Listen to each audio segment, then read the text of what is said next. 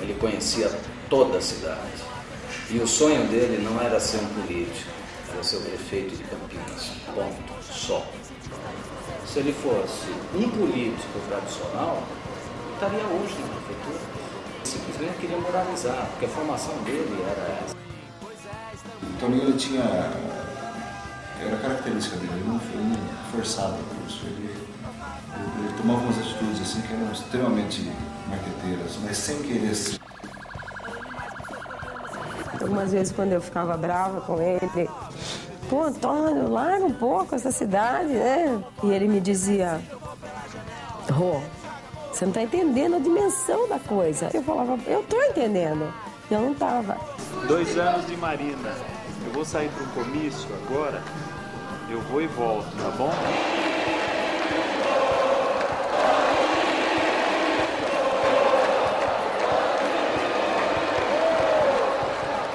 É esse sonho, é esse desejo, é esse projeto político que nós observamos com muita alegria que a cidade está reconhecendo.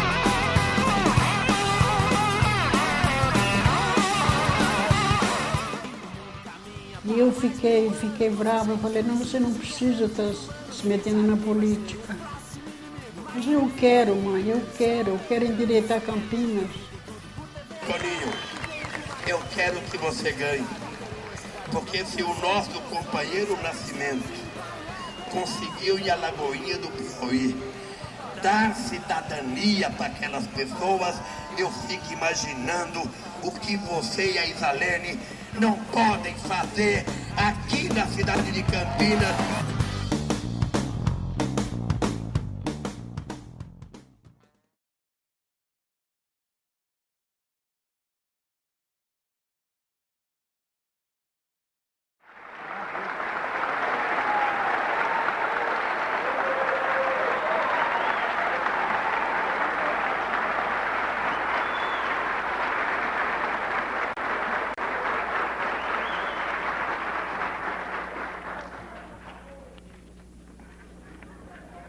Prometo exercer com dedicação e lealdade o cargo de prefeito, respeitando a lei e promovendo o bem geral do município.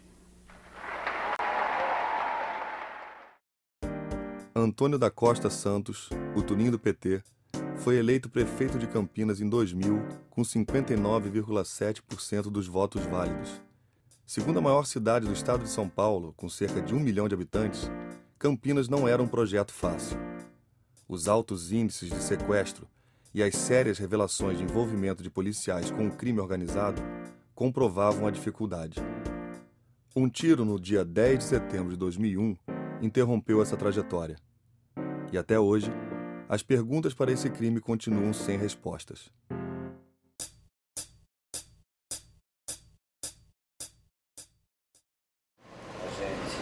Tem uma formação no casal português, uma formação rígida, né? Não se admite alternativas, meias verdades ou meios caminhos. Às vezes o Paulo fala, mãe, posso acampar? Vamos acampar com os amigos? Não, de jeito nenhum. Nunca deixei eles acampar, nem ir fora, nem dormir fora de casa, nunca deixei.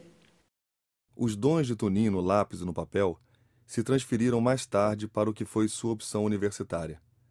Em 1970, Toninho começa o curso de arquitetura na USP, que ele conclui em 1974. Meu pai foi um industrial, né, acostumado a lidar com o mundo dos negócios. De repente, ele vende a fábrica e aplica esses recursos no mercado imobiliário.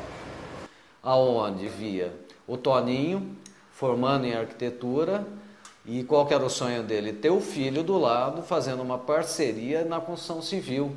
Mas ele falou assim, pai, eu não quero trabalhar com o senhor. Porque ele queria de um jeito e o pai não queria. O meu pai não conseguiu identificar que a arquitetura que meu irmão desenvolvia era arquitetura vista com uma visão artística e não uma visão comercial. Os ensinamentos da arquitetura jamais seriam utilizados por Tuninho para qualquer fim comercial. Em meados dos anos 70, Tuninho começa a participar do movimento popular, que tinha como proposta urbanizar as favelas. Tuninho e Dona Jove foram os principais símbolos desse movimento, que durou 15 anos. Em 1981, Tuninho se filia ao PT para dar mais força às suas propostas.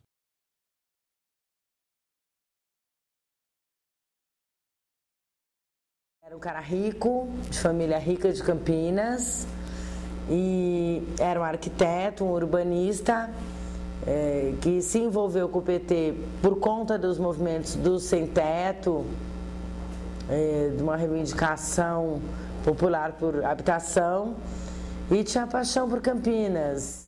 Eu trabalhei, para você ter uma ideia, 15 anos da minha vida, eu não tive fim de semana. Eu mergulhei nas favelas para fazer o que nós chamávamos naquela ocasião urbanização de favelas. Então nós montamos, junto com a Associação de Moradores, um esquema, uma missão, uma tarefa, que era acabar com aquela favela, transformar aquela favela num bairro integrado na periferia. Naquele tempo parece que era 90 e poucas favelas. Que os barraquinhos eram miudinhos, quase caíam em cima da gente. Tinha barraco, a gente entrava dentro dele e encharcava de água. Criança, tudo possudinho, tudo dentro da lama. Então todo mundo se reunia todos lá na prefeitura, para o modo do prefeito a doar para o favelado, para eles construir conforme eles podiam. Foi uma luta para o modo de doar a terra da favela para os favelados, né? Aí foi que o prefeito adoou, aí falou assim, eu adoo a terra para eles, e depois tinha que fazer com a planta e tem que ter um arquiteto para o modo de medir. Aí eu meço sábado e domingo, eu trabalho com eles. Então eu meço os terrenos para eu dou a planta da construção. E assim ele fez. Eu trabalhei 15 anos, sábado e domingo. Aí foi onde ele se encalocou para o modo de ser arquiteto dos favelados. Ele era uma pessoa muito espiritual, muito sensitiva. Ele é um tipo de personalidade diferente da maioria. Então ele pertencia a essas minorias, de alma de artista, ultra sensível. E nós éramos um grupo de jovens da periferia da cidade, operários, metalúrgicos, do comércio, bancários. E nós precisávamos muito de apoio da classe média de esquerda, os intelectuais de classe média de esquerda que pudessem nos ajudar. Que nos ajudar acrescentando em nós o conhecimento. Porque nós tínhamos a indignação, nós tínhamos a revolta juvenil, mas nos faltava conhecimento. Então o Toninho era um jovem professor para nós. Em 1988, Tuninho dá seu primeiro passo à Prefeitura de Campinas como vice na chapa de Jacó Bittar. Os desdobramentos dessa primeira experiência fizeram com que Tuninho pensasse em abandonar a política. Aí eu nunca esqueço, falei, Toninho, você vai ter que ser o nosso vice, cara. Ele falou, Durval, você está maluco? Mas por que isso? Porque o Jacó vai ser o nosso candidato a prefeito. E ele não é confiável. Nós precisamos de uma pessoa que a gente possa confiar na vice. E eu sempre avisei para ele que o Jacó não prestava. Mas ele acabou subestimando o que eu tinha dito para ele e acabou deixando o Jacó, que é uma figura muito sedutora, e acabou virando amigo do Toninho, da Rosiana. E o Toninho e a Rosiana abriram a casa deles para ele frequentar. Né? E Toninho acreditou que o Jacó fosse um amigo dele mesmo. Né?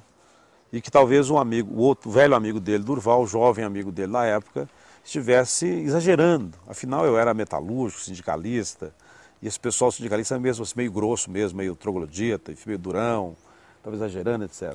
E o fato é que, lamentavelmente, eu tinha razão.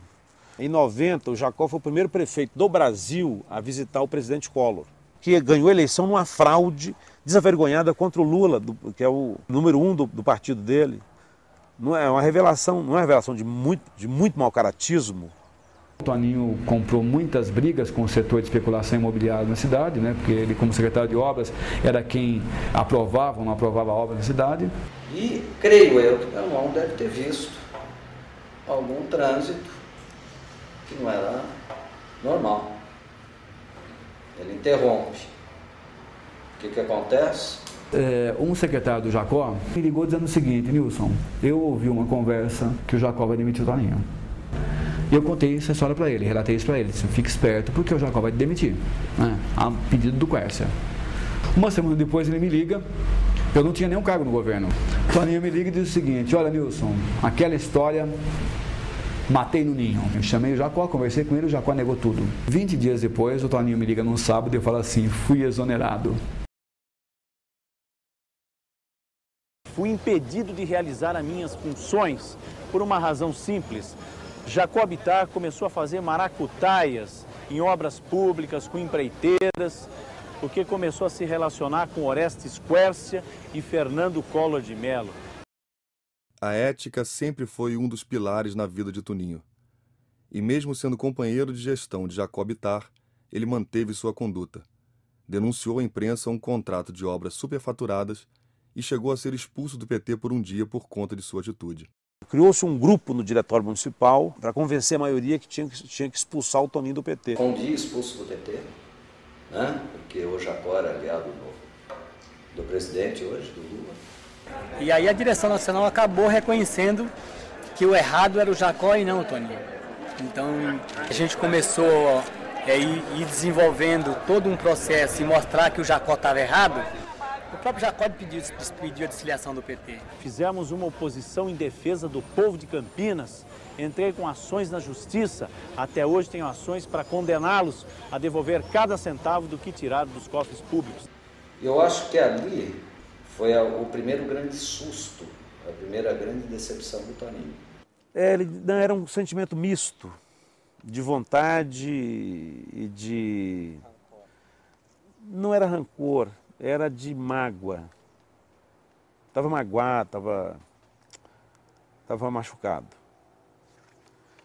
Mas ao mesmo tempo ele gostaria de ser prefeito de Campinas. Quem conhecia, ele sabia que ele queria ser prefeito. Então, é um sentimento ambíguo, de vontade, mas ao mesmo tempo eu acho que de medo, né? Que é humano, né? Ou seja, não gostaria de não ser, porque sabia que um caminho era um caminho muito duro, muito sofrido, o caminho da política é um caminho muito sofrido.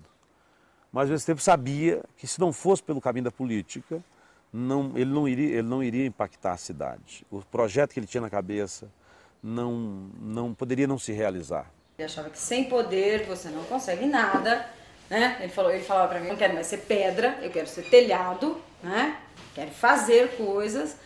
Para fazer coisas eu preciso de poder, senão vou ficar a vida inteira gritando e... Ainda ressentido pela decepção de sua primeira experiência em um cargo político, Toninho se volta aos livros e ao mundo acadêmico. Inicia o doutorado pela USP em 1995 e aprofunda seu conhecimento sobre a origem e formação de Campinas. O histórico casarão no Jardim Proença do século XIX, que ele comprou em 1982 para ser sua residência, serviu como objeto da tese. Eu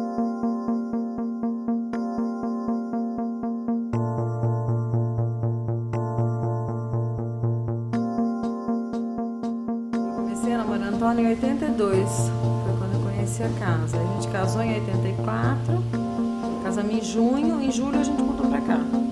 Essa casa, Antônio sempre, ele contando pra mim, que ele via essa casa e achava linda e tal, e a casa estava caindo. Aí um dia ele passou na frente de uma plaquinha, vende-se. Ele começou a se interessar por patrimônio histórico. Ele começou a estudar e viu que essa questão de restauro era uma questão complicada, essa coisa de voltar para o passado, e ele não queria nada disso, né? Só que ele fez um laboratório. Fez todo esse levantamento histórico e foi brilhante, aí o mérito todo dele. Ele se transformou num historiador de grande qualidade. Ele realmente revelou o que se passou em Campinas, né?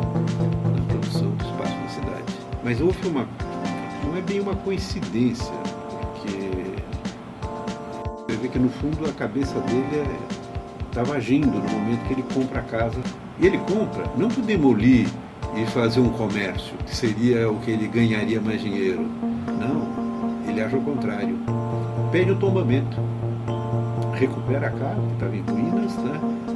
E, aliás, faz uma reforma bonita até como conceito, porque ele não é um totalmente restauro. O que ele fez? Quer dizer, tudo que era original ficou. O que não era, saiu. E ele põe, a intervenção dele é sempre o que tem de mais moderno. Aço, mildex e concreto.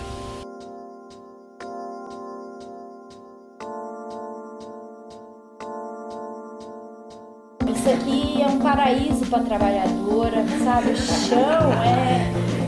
Nossa, eu jamais vou pegar artrose ou ite, porque não tem azulejo para lavar, não tem chão para limpar, assim, tem umas partes que só a cozinha e o corredor.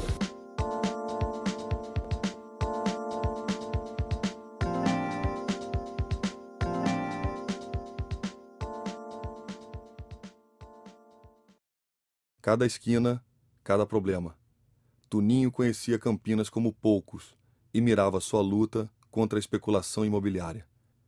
Ele dizia que a especulação enriqueceu a elite campineira e criticava o crescimento territorial desordenado da cidade. Tuninho moveu ações populares contra construtoras e a prefeitos que realizavam os contratos. Campinas é uma cidade que se desenvolve com bastante rapidez. O mercado imobiliário é bastante próspero, bastante ativo. E toda aquela periferia de Campinas, super extensa, aquela especulação imobiliária, porque você obriga o poder público a levar a infraestrutura para longe e isso tem um custo enorme. Se você levar água, levar esgoto, levar luz, levar pavimentação, os ônibus têm que percorrer distâncias enormes para atender populações que estão dispersas na periferia, porque os terrenos intermediários estão retidos para especulação. Em 1996, Tuninho voltou a ser candidato, dessa vez ao cargo que ele sempre idealizou, o de prefeito de Campinas. Com uma campanha de poucos recursos e sem apoio da cúpula petista, Tuninho terminou a disputa em terceiro lugar. 3 anos depois, surgiu a possibilidade de uma nova candidatura, também para prefeito. Antes, porém, passou por prévias internas bastante disputadas. O PT, dessa vez, não deu as costas ao seu candidato. Até mesmo Lula participou da campanha. Aqui em Campinas, assim, o PT ele é super dividido. Você tem, então, a ala do Renato Simões, você tem a ala do Zica, tinha a ala do Toninho, que hoje é representada aí pelo Gerardo, e eles se enfrentam muito dentro do PT. Foi para a prévia, né, para a votação da prévia, e na votação do primeiro turno da prévia, Toninho e Renato ficaram em primeiro lugar. No segundo turno, né, os 4 candidatos se dividiram, né, o Zica apoiou o Renato Simões, o Ari Fernandes apoiou o Toninho, e o Toninho ganhou a prévia por 35 votos, num universo de 1.000 e tantos eleitores. Para não ter divergência, para não acontecer divisões internas, foi proposto, e o Toninho aceitou, que o grupo que perdeu a convenção, o grupo do Renato Simões, indicasse a vice. E aí eles acabaram indicando a Isalene. Dentro de casa nunca foi uma coisa muito aceita, assim, ele ser prefeito. Nem eu, nem minha mãe, nem minha avó, a gente não queria que meu pai fosse candidato a prefeito. E eu lembro dessa última vez, ele falou assim: Marina, você deixa eu ser candidato a prefeito? E aí eu falei assim, não sei se tem outra saída, né? Então eu deixo. Que cada mulher, cada homem nesta cidade, sendo professor universitário ou mesmo analfabeto, chegou a hora de tomar essa prefeitura nas suas mãos. O povo elegeu o Toninho, não era o Toninho do PT. A população não ligava muito o Toninho também com o PT nacional. O Toninho era Campinas. Ele tinha facilidade de circular entre todas as classes. Ele tinha trânsito, porque ele falava todas as línguas. Toninho já nasceu com esse destino. Ele olhava em mim e falava assim: você acha que eu vou ganhar essa eleição? Eu falei: Toninho, não fala nada, você já está ganho já. Mas como você fala isso? Eu falei: porque o povo te ama, o povo te adora.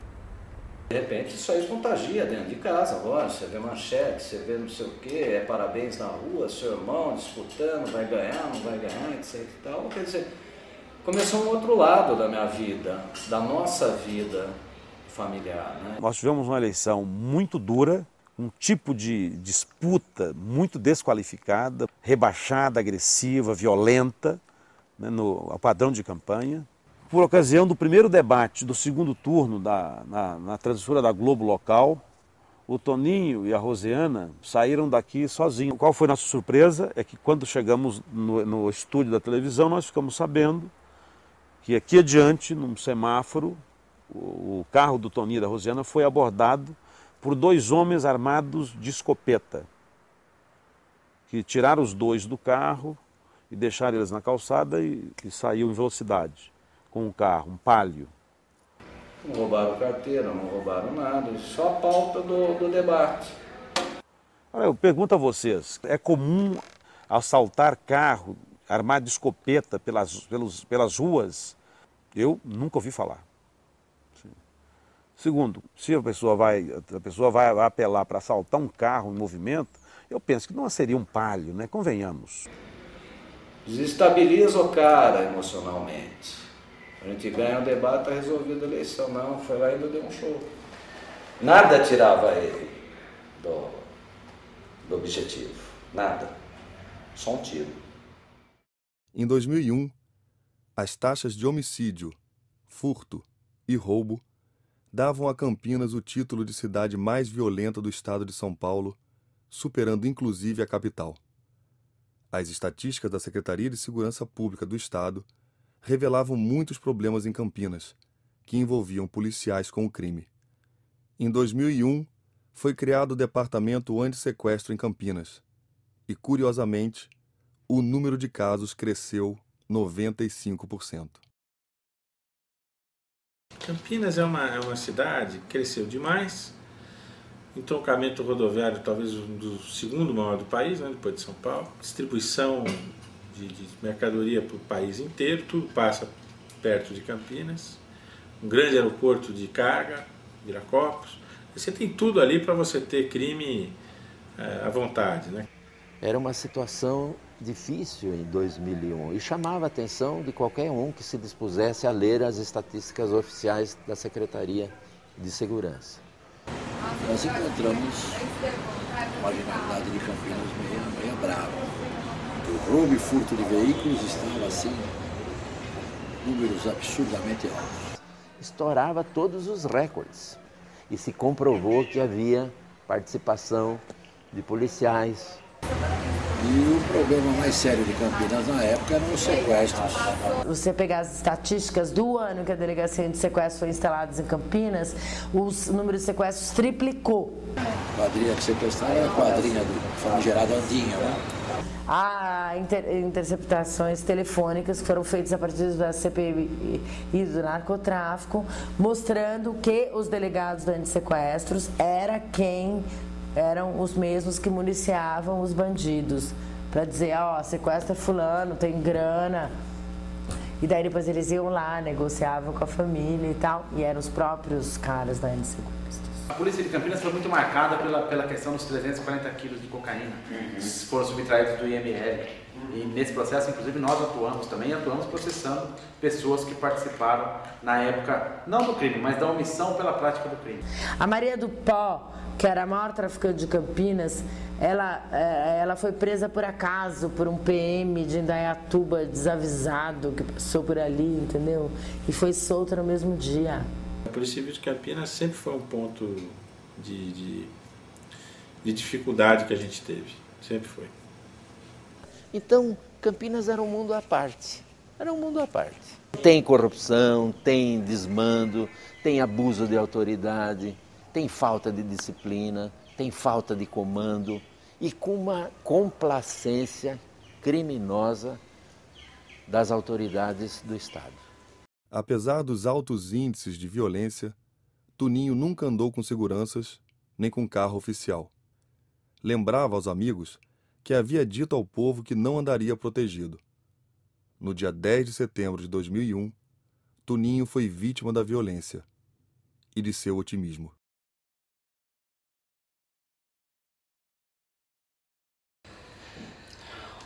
Então, eu saí, Antônio deve ter saído 5 minutos antes de mim. Eu ainda fiquei um pouquinho ali, saí com o meu, Fiz o mesmo trajeto que ele, só que ele parou no shopping. Fui pra casa, tomei banho. Marina tava lá no quarto dela e tal. Aí pus água pra fazer um macarrão, fiz uma salada, que Antônio tinha me pedido pra eu fazer um macarrão alho e óleo pra ele, né? Foi a última coisa que ele me falou. E nessa hora eu liguei pro meu pai. No celular dele devia ser umas 10 horas da noite, assim que você chegou em casa. E ele já não atendeu o celular. E depois o meu pai começou a atrasar e eu tava conversando no telefone com uma amiga minha e a minha mãe entrou no meu quarto, que ela tava preocupada porque meu pai não chegava e naquele fim de semana eu tinha saído com meu pai, que a gente tinha ido comprar o terno que ele foi buscar, e as pessoas paravam ele no meio do caminho, conversavam com ele, queriam falar com ele. Então a gente pensou, ele deve ter encontrado alguém e deve estar conversando, vamos esperar mais um pouco. Aí acho que eram umas 11 horas, a minha mãe entrou no meu quarto preocupada porque ela tinha ligado no celular do meu pai e tinha atendido a polícia, né? Liguei no celular de Antônio, atendeu uma voz diferente. Falei, quem tá falando? Ele falou, polícia militar. Eu me assustei, eu desliguei na hora, falei. E eu vi que eu tinha ligado pro Antônio. Você falou comigo e no momento eu liguei pro telefone. E Marina ligou enquanto eu ligava pro Gerardo. Olha, Gerardo, o Toninho não chegou, eu liguei no celular e uma voz esquisita falou que era a polícia, eu desliguei. E eu liguei e atendeu um homem e falou assim, com quem você quer falar? Com o prefeito? E nisso eu fiquei assustada e desliguei o telefone. Aí a gente achou que o Antônio tinha sido sequestrado, né? Aí ligamos pra Gerardo, o Gerardo falou, fica tranquilo, vou ver. Aí eu ligo pro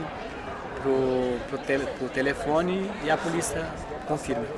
O Gerardo me liga e fala assim, olha, a Márcia tá indo aí, eu vou lá ver, não sei direito o que tá acontecendo. Porque daí eu falei, puxa, porque imagina, não me passou nem um minuto pela cabeça que o Antônio tivesse morto, mas nem um minuto que ele fosse sequestrado, eu fiquei com medo, né? Porque eu não acreditei que era a polícia, achei que era bandido, né? Atendendo o telefone, que é a polícia militar. Aí o Gerardo me ligou, falou, a Márcia tá indo aí. Quando ele falou, a Márcia tá indo aí, eu liguei para 190.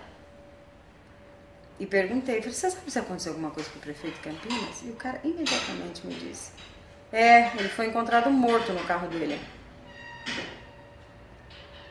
Aí nós ficamos, aí não sei o que aconteceu, né? Aí não sei mais o que aconteceu. No dia 10 de setembro de 2001, eu havia sido convidado pelo vereador Tiãozinho para participar de um evento na Câmara Municipal, evento do qual também participou o prefeito Toninho.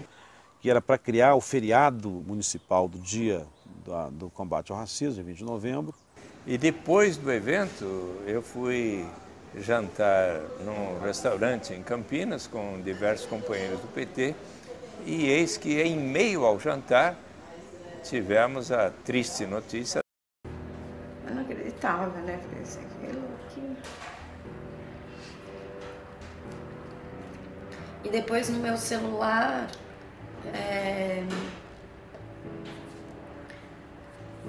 meu pai tinha deixado um recado. Marina é minha filha, orgulho da minha vida, a pessoa que eu mais adoro no planeta, de 6 bilhões de habitantes.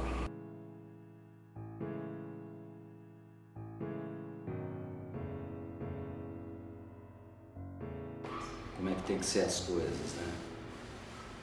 Ele numa plena segunda-feira, o dia que ele morreu à noite, né? Ele convida minha mãe para almoçar com ele. E a Rosiana me trouxe em casa com o carro dele e ele pegou o carro dele e foi para a prefeitura, né?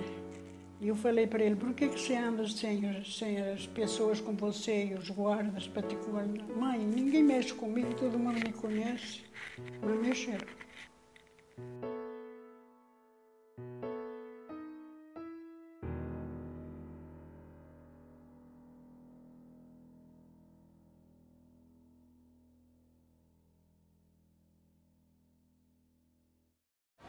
primeira viatura da Polícia Civil que chegou no mínimo 10 a 15 minutos depois, que até eles fazerem as comunicações. Já tinha televisão, tinha polícia, tinha bastante gente já. Eu devo ter chegado ali uma meia hora depois, né, uns 25, meia hora depois, já tinha muita gente. Eu vi muita câmera, jornal, não sei o que, eu falei, eu tenho que ir embora. Eu tenho que avisar minha mãe. Eu falei, como é que vai chegar essa notícia para ela? Era a minha preocupação.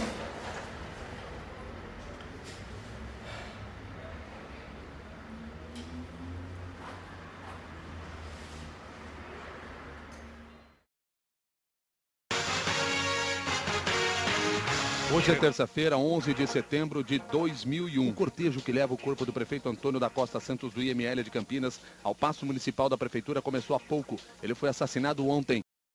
Lágrimas, soluços. No dia 11 de setembro, Campinas amanheceu incrédula. O velório estava lotado. Anônimos e figurões petistas estampavam no rosto perguntas até hoje no ar. Quem teria matado Toninho? E por quê? Em velório, assim, de pessoa pública, você vê muita gente curiosa. Eu não vi muito curioso. Eu vi gente triste. O carro do corpo de bombeiro, da prefeitura até o cemitério da Saudade, onde foi sepultado o corpo.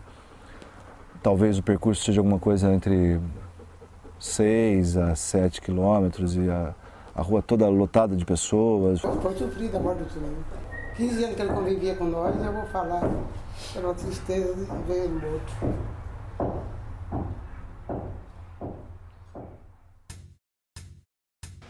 Perco o irmão, notícia para minha mãe, essa coisa pública. Daí eu olhava na televisão de relance passando, não estava entendendo 2 aviões cortando 2 prédios. No momento em que nós iniciamos o programa, o CBN São Paulo, o programa entra ao ar às 9h30, a nossa pauta estava voltada para a morte do Toninho do PT. Nós tínhamos algumas marcações feitas. Foram absolutamente todas esquecidas, deixadas de lado. Resumimos no nosso noticiário a cobertura local da CBN Campinas em função do 11 de setembro.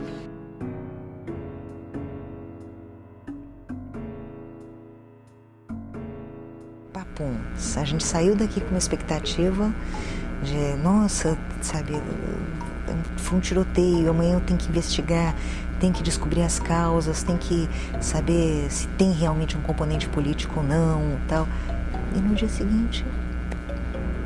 Se o 11 de setembro não tivesse acontecido, esse caso teria sido maciçamente explorado pela imprensa e haveria uma pressão muito maior nas autoridades competentes do que houve.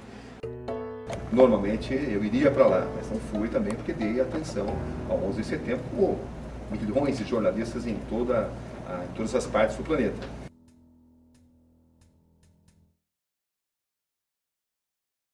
Seis anos se passaram. Diversas versões foram apresentadas. E nem mesmo a arma do crime foi encontrada.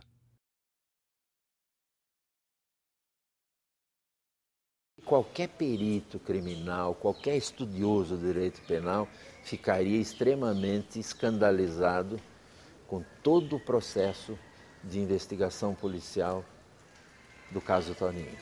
Começa no próprio fato em si. Todo o local da ocorrência, ele já foi estragado. Isso prejudica toda a parte de perícia. Nós tivemos uma relação muito conturbada com a Polícia Civil, né, com o antigo delegado seccional Osmar Porcelli.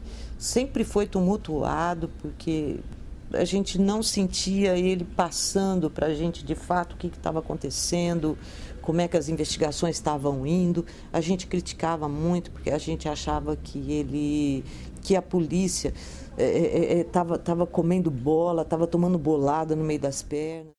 No dia 6 de outubro de 2001, o delegado Osmar Porcelli anuncia ter solucionado o caso. O prefeito de Campinas teria sido vítima de uma tentativa de latrocínio praticado por 4 rapazes a bordo de 2 motos. A princípio eu vi assim, olha, a família está abalada, então vamos encontrar um culpado para a morte do prefeito, assina, acabou. Foi o que fizeram. Tem um vigilante noturno, numa concessionária de automóvel, de frente, e ele declarou que viu 2 motos passando para lá e para cá. E Campinas inteiro começou a trabalhar um crime dessa repercussão. E chegou uma informação que um dos elementos que teria participado.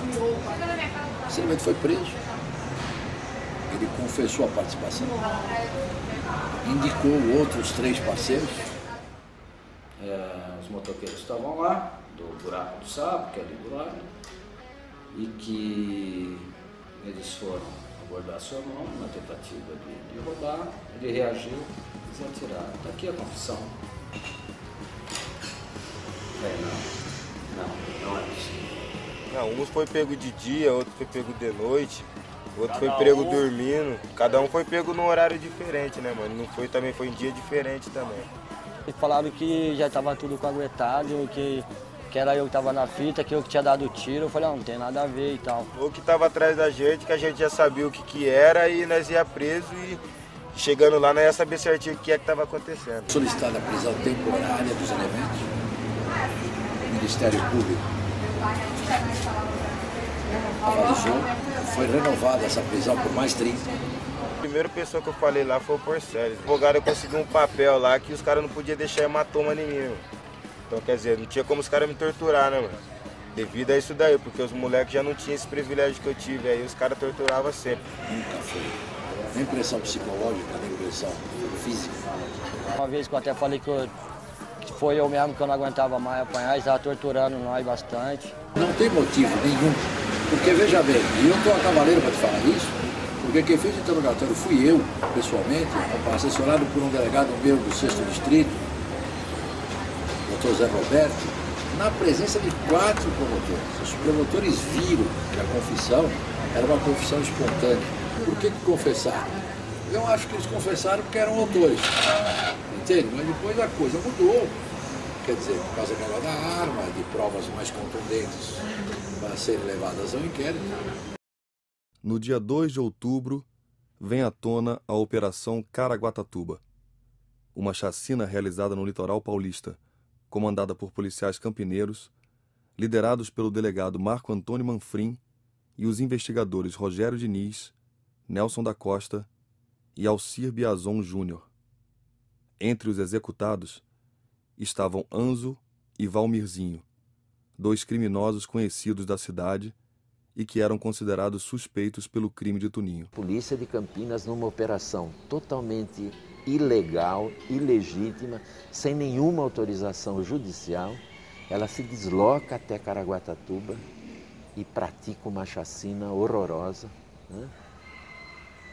Matando 4 rapazes no interior de um condomínio fechado, às 4 horas da manhã, da madrugada, né? Sem nenhuma autorização e sem o conhecimento, pelo menos oficialmente, das autoridades de Campinas e das autoridades policiais de Caraguatatuba.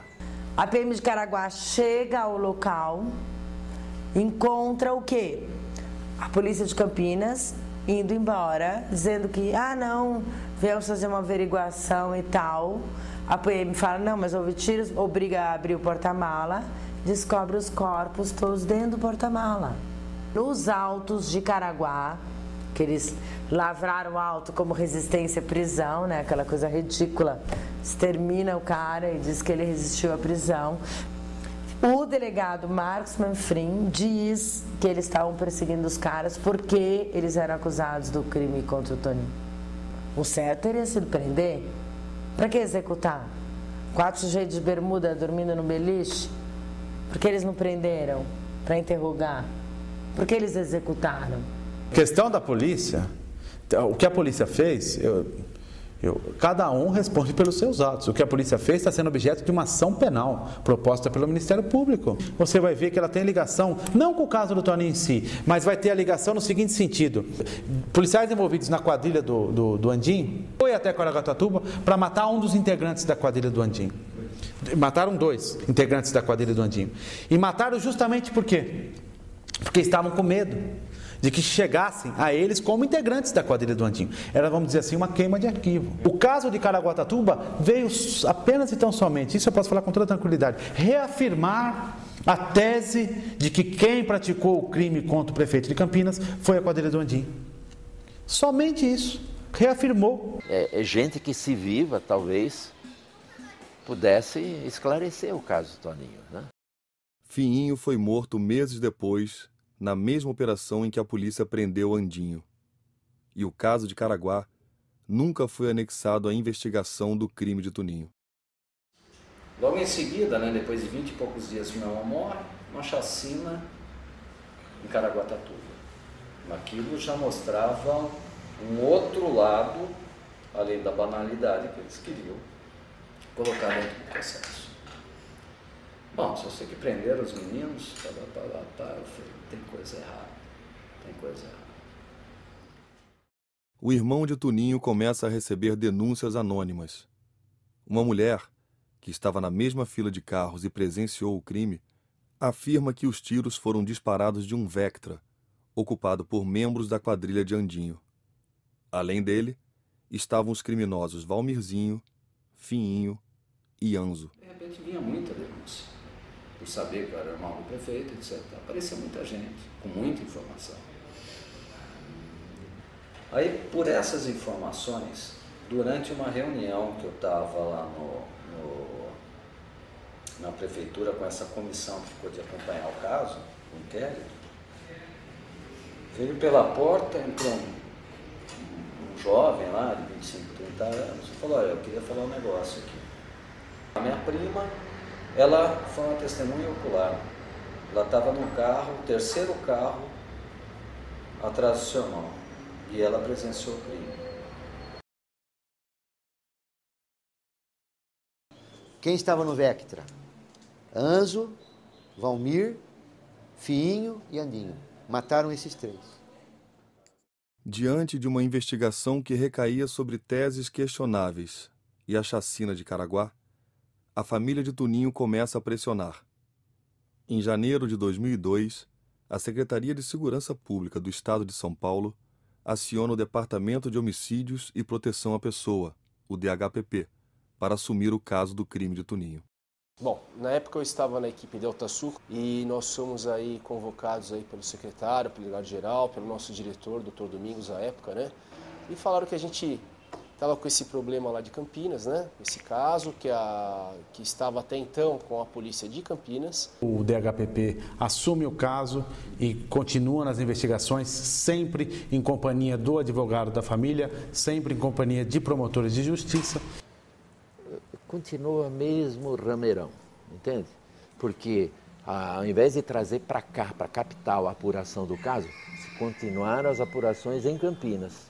Então as mesmas testemunhas tinham que depor lá dentro da delegacia em Campinas, tinham que passar pelos policiais de Campinas antes de depor para o delegado do DHPP. Quer dizer, continua tudo a mesma coisa. No dia 8 de maio de 2002, o delegado do DHPP anuncia que o assassinato de Toninho foi crime comum. O prefeito de Campinas teria atrapalhado a fuga de uma das quadrilhas mais perigosas da cidade e que por essa razão eles teriam disparado os tiros. Um mês depois, o Ministério Público indicia Andinho, o único membro vivo da quadrilha. Na tese apresentada, Anzo teria feito os disparos contra Toninho e Andinho foi indiciado pela sua suposta participação. Chegou-se à conclusão, por exames periciais, por provas testemunhais, que o crime tinha sido praticado pela quadrilha de um criminoso conhecido na região nossa por Andinho, Wanderson Newton de Paula Lima.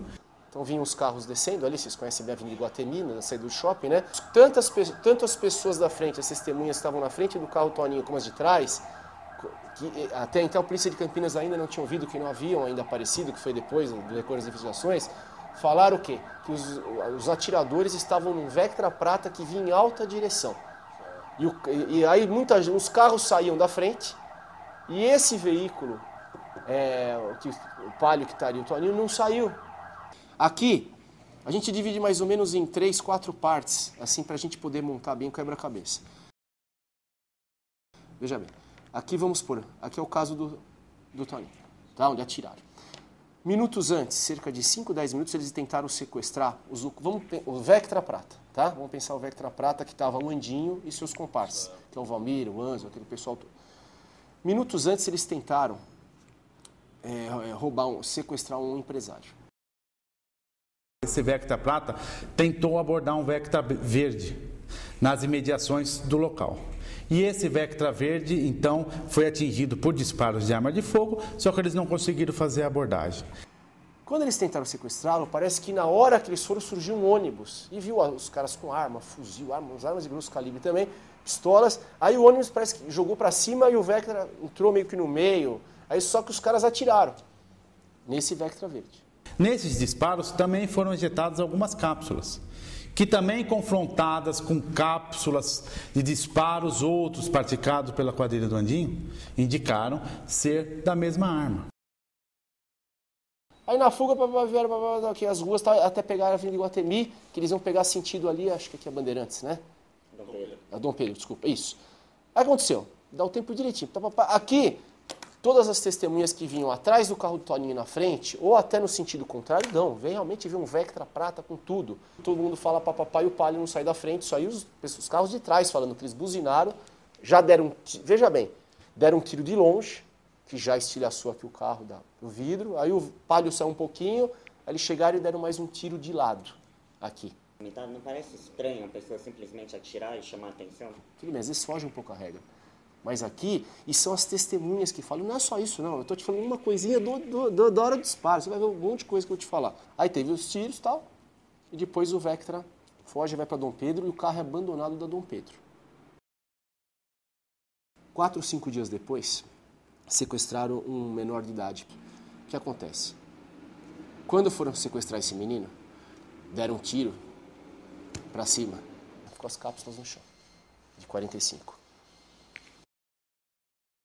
Então foi feita uma comparação entre essas cápsulas encontradas no local em que foi encontrado o corpo do prefeito e cápsulas encontradas no local em que a quadrilha praticou o crime de sequestro. No garoto Ragazzo, o Andinho admite.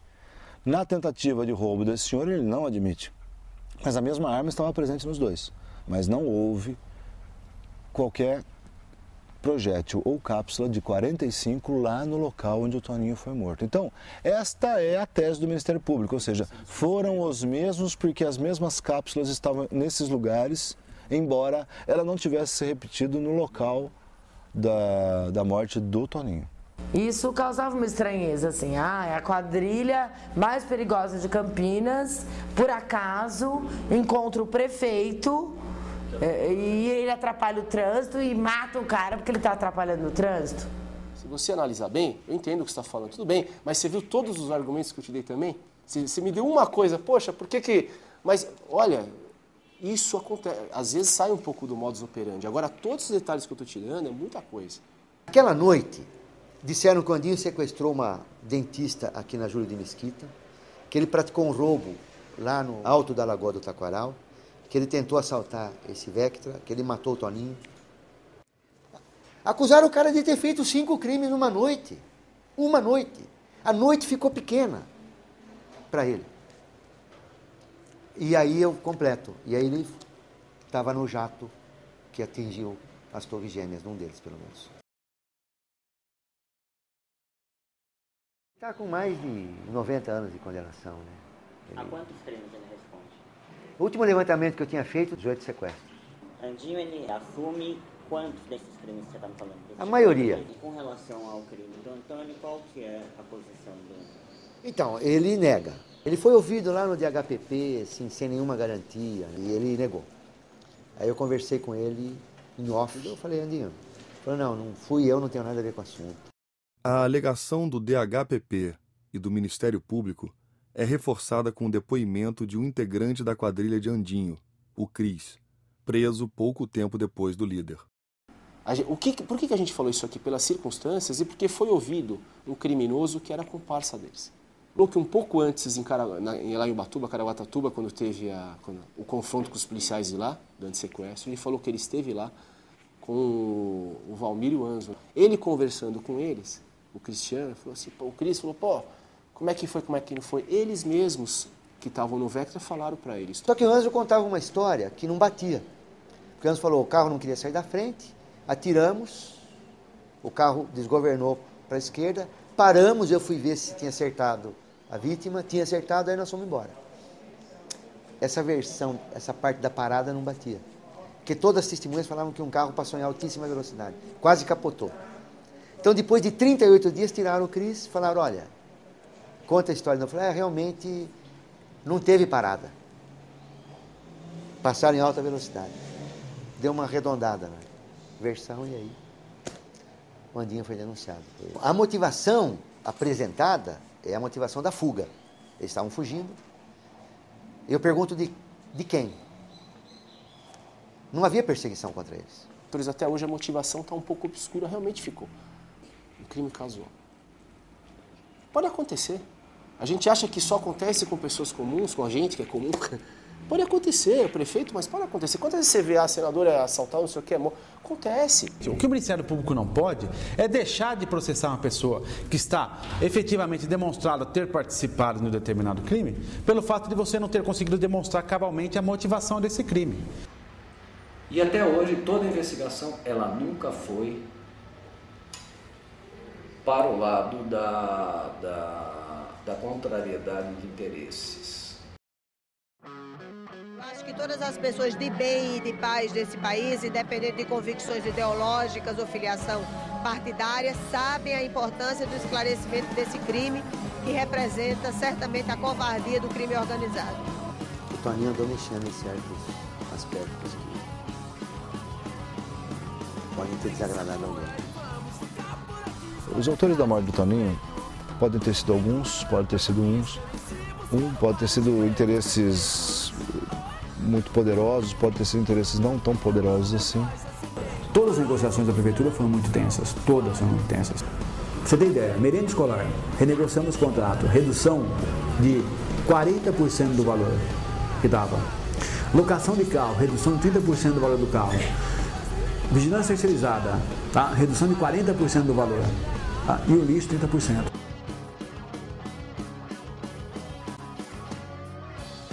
Havia anos em Campinas o problema da revitalização de Viracopos. Nunca ninguém conseguia fazer isso porque tem uma puta favela na pista, na cabeceira da pista. Eram 17 comunidades. O que aconteceu? Das 17 comunidades, ele teve apoio de 15 comunidades. Todo mundo viu que era uma boa sair dali. Sobraram duas, que eram controladas pelo tráfico. Ele não esperava ser pego pelo contrapé, entendeu? Por aquela conspiraçãozinha mais furreca, mas a mais perigosa, a dos traficantes com a polícia. E eu entendo, agora vou fazer uma afirmação polêmica, mas que eu entendo que eu devo fazer, que foi isso que levou ao assassinato dele. Eu tenho absoluta certeza de que o Toninho foi assassinado pela porção criminosa da Polícia de Campinas em conluio com os assaltantes pela questão de Viracopos. Porque assim, que se não era mais perigoso em termos de volume, ele era mais perigoso em termos de rapidez no gatilho, entendeu? Ali ele tinha mexido com gente que mata rápido, fácil. Tirou 40 milhões porque isso é um empresário do sistema de coleta de lixo. Aí você tem transportes, tem merenda, tem segurança, tem Viracopos. Não, o crime foi político, o crime foi por motivo banal, o crime foi por outro motivo, por motivo passional, não se chegou. E até hoje não se tem. Enfim, Toninho que mexeu com várias questões empresariais, não há uma certa clareza de que... Vocês não querem também ouvir um pouco o Dr. Ricardo? Muito mito em torno dessas questões do Toninho, mexeu com questões empresariais, então ele não teve nem tempo, foram 9 meses de prefeitura, isso é verdade. Então, eu não sei exatamente quais são esses interesses empresariais que foram mexidos nesses 9 meses da prefeitura. Eu não consigo entender por que o promotor fica assim. Você não fica com raiva? Só teve 9 meses. Quer dizer, Antônio, se pegar os últimos 20 anos, Antônio tinha processo contra Mendes Júnior, Antônio tinha processo contra Camargo Correia, Antônio tem processo contra o Quércia, Antônio tem ação popular contra Norberto Debrecht. Ele nunca mexeu com interesses empresariais, não teve tempo. Que emoção. Eu acho que O único em que houve foi o lixo, né? Que a gente sabe que houve uma negociação difícil foi o lixo.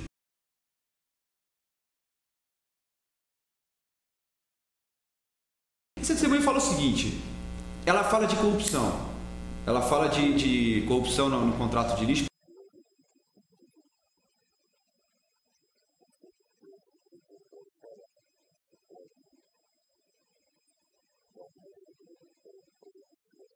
O que essa testemunha fala é que ela ouviu uma conversa em que se dizia o seguinte: o Toninho está atrapalhando, então a gente vai ter que dar um fim nele. Ponto.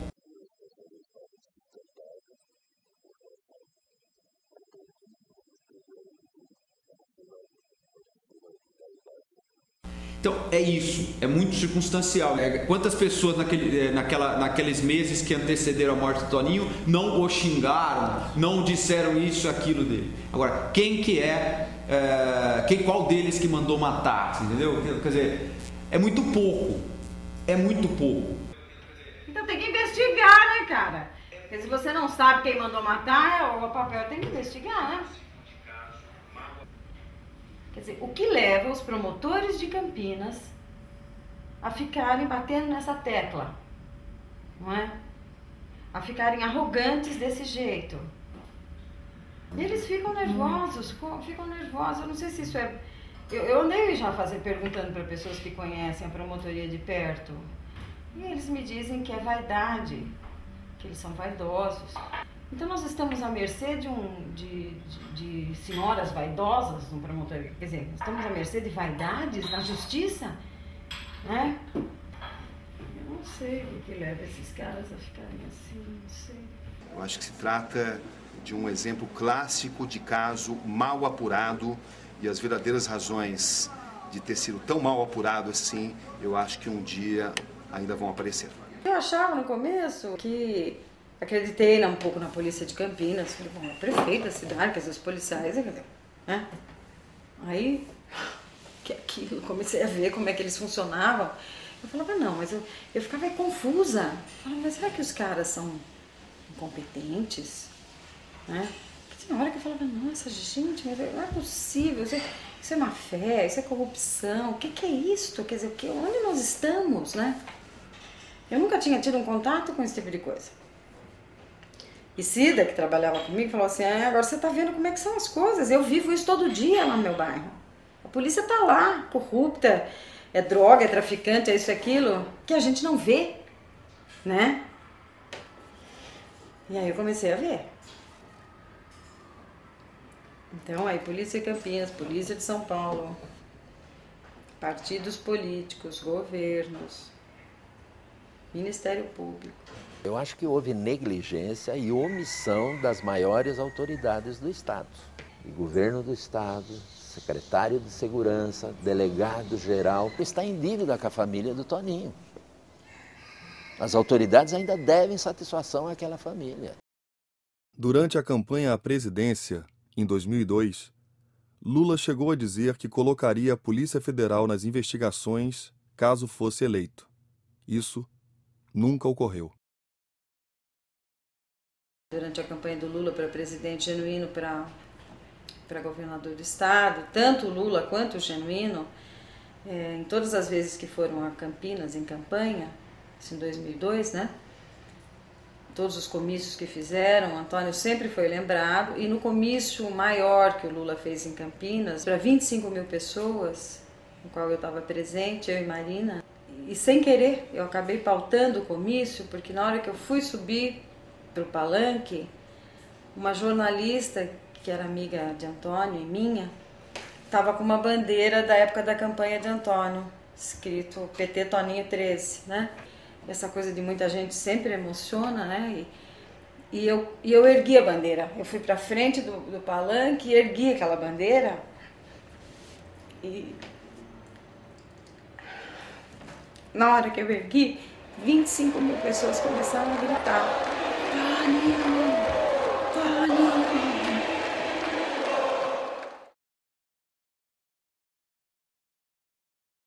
Como era a época de eleição, estava todo mundo, quer dizer, no palanque estava Lula, Genuíno, Aloysio Mercadante, Zé Dirceu, Marta Suplicy, Eduardo Suplicy. Portanto, todas as pessoas que fizeram o discurso naquele dia tiveram que falar de Antônio, né? Tiveram que falar dele. E com isso, a última fala, que era do Lula, o Lula começa a fala dele dizendo que era ele para falar de Antônio lá e que no fim todo mundo tinha tido que falar, né? E me abraçou de um lado, eu, do outro lado Marina, e ele faz assim: olha, se eu ganhar esta eleição, uma das primeiras atitudes que eu vou tomar é colocar a Polícia Federal para investigar esse caso. E ele disse lá textualmente que ele acreditava que tinha sido um crime político. Isso aconteceu, sei lá, próximo de novembro, outubro de 2002, né? Antes mesmo de tomar posse, eu já tenho notícias de que Dr. Márcio Tomás Bastos será o ministro da Justiça. Dr. Márcio era meu advogado, então eu falei, bom, a coisa melhorou. E eu aguardei. Fiquei aguardando e vi que as coisas não caminhavam, até que eu comecei a pedir essa audiência lá em Brasília com ele, né? E não saía. Aí que eu tive a ideia de fazer o abaixo-assinado, né? E aí o PT me virou totalmente as costas. Assim, eu era quase uma persona não grata, porque eu não desistia, né? Então eu ficava lá. E isso foi me custando, né? E eu não conseguia compreender. Mas por que o PT não tem nenhum interesse? Que o PSDB não tivesse, na época do Aloysio Nunes, eu até podia compreender, né? Agora, a questão petista, né? Mas o que acontece que o PT não quer apurar o crime de um companheiro? O que eu posso dizer é que eu procurei, sou do PT, colaborar em tudo que eu posso. Gostaria de ter visto o partido ainda mais empenhado. Sou petista, fundador do PT, estou aqui desde menino, meus cabelos já estão ficando grisalhos, eu acho que eu posso pensar e dizer o que eu penso. Para mim isso é um gesto de covardia inaceitável da parte dos petistas. Eles devem ter feito acordo com o PSDB acerca de temas de interesse do PSDB e devem ter, a meu juízo, negociado que alguns assuntos devem entrar para o esquecimento. Não é uma questão política isso.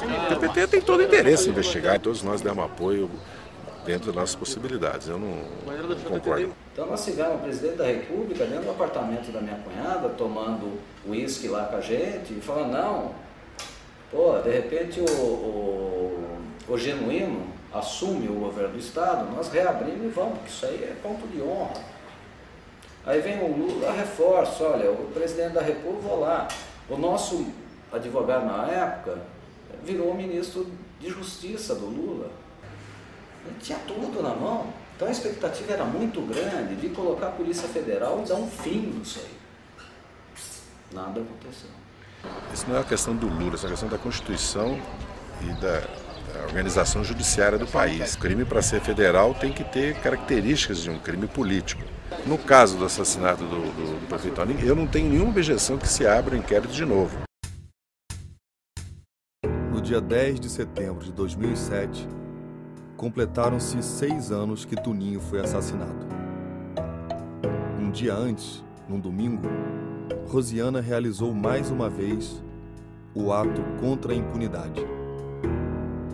Junto de amigos e de pessoas do movimento Quem Matou Toninho, Rosiana cobrou novamente as respostas de um crime ainda não solucionado. Primeiramente, eu quero mais uma vez agradecer a todas as pessoas que estão aqui. São pessoas que têm feito essa caminhada e apesar de tudo que sofremos, ainda continuamos juntos. Acho que para mim é isso que hoje está importando. amigos, pessoas que a gente pode ter um congraçamento de ideias, um congraçamento de objetivos, porque Antônio acho que tinha essa característica. E hoje eu quero fazer uma homenagem a ele, onde quer que ele esteja. Esta noite até tive um sonho com ele, e que eu perguntava para ele assim, você está vivo ou você está morto?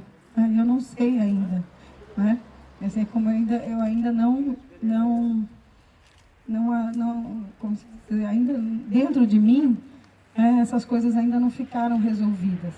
Então, cada vez mais eu fico convencida de que o assassinato de Antônio até hoje não foi esclarecido, porque realmente, se tiver uma investigação, que seja uma investigação que não tenha um rabo preso com ninguém, que realmente venha a Campinas e puxe esse fio, que vá, que investigue, né?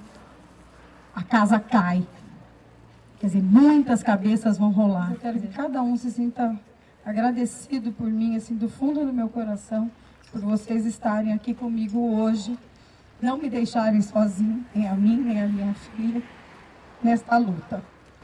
Então, eu quero agradecer muito a todos vocês aqui.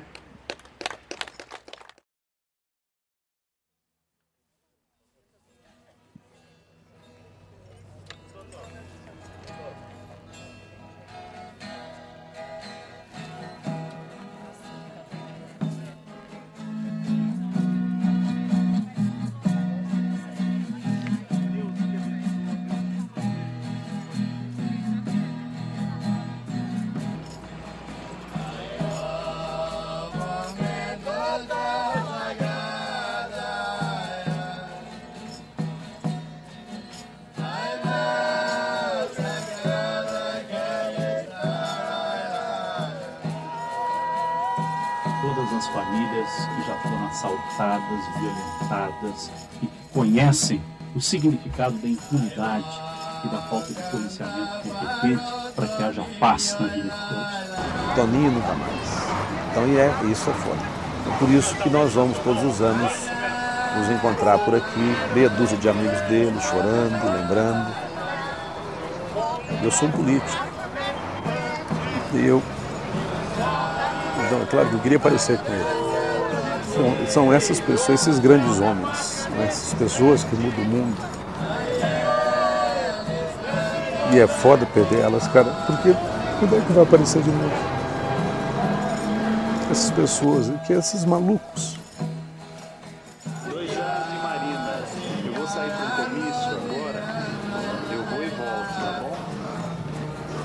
Depois eu volto para pagar a velhinha da Marina.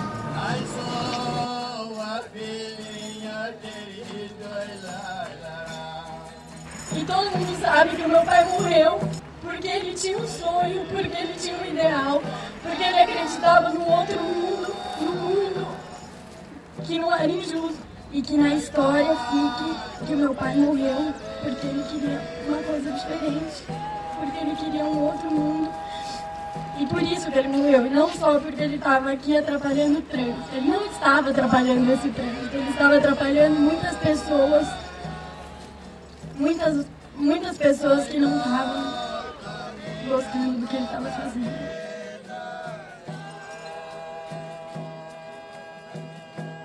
Tenho saudades da infância dele. Todo dia me dá saudade dele. Ele foi embora porque tiraram ele de mim, mataram e levaram. Não sei quem foi que matou ele. Não posso fazer mais nada.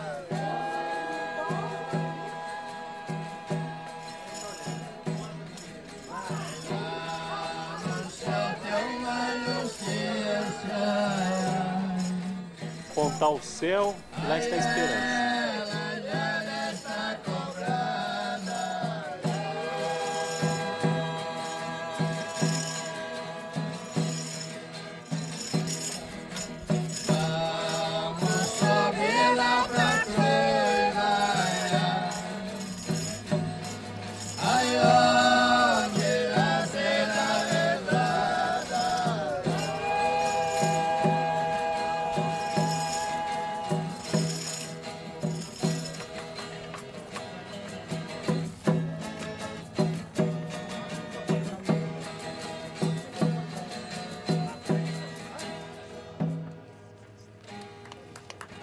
Hoje nos reunimos, então estou encerrando aqui a filmagem hoje.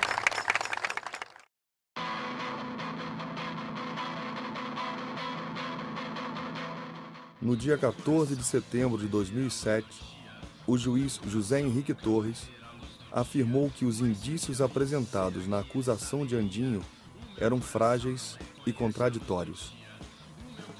O juiz impronunciou Andinho da acusação, o que equivale a dizer que ele não foi o autor do crime.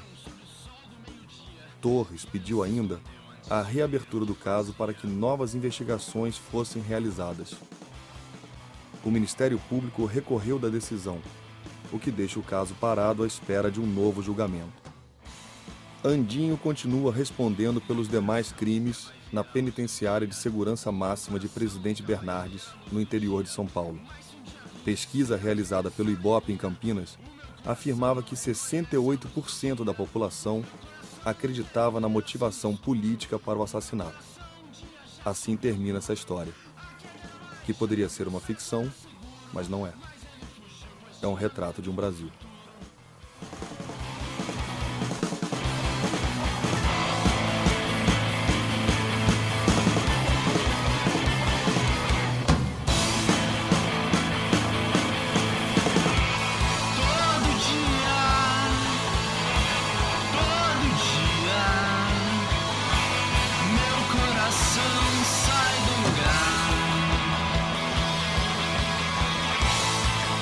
She